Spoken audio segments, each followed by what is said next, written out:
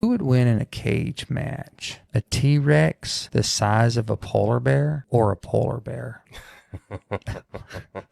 Oh man, the T Rex. Yeah. Just Yeah. way stronger bite force. I mean, Mm. because I was thinking about a T-Rex, most craziest bite force ever, of Yeah. any animal, I think besides a megalodon, but we're talking land animal. Hmm. And, bringing it down in size, right now it's taller than a African bull elephant, but bringing it way down in size to a polar bear, how much is it going to affect that T-Rex? Is it still just as dangerous, or is it just a small version of the same thing that can basically destroy anything? Yeah, because of even at a polar bear size, I mean, its mouth would be still enormous. Yeah. Where the polar bear, his mouth is as big as it's gonna be. But what about the thought that the polar bear's big enough to knock that T-Rex over, because they cannot grab with their front legs. They do not have good balance as far as that goes. I feel like a polar bear could knock one over, and once it got knocked over, the T-Rex might have a hard time getting back up. No, I think being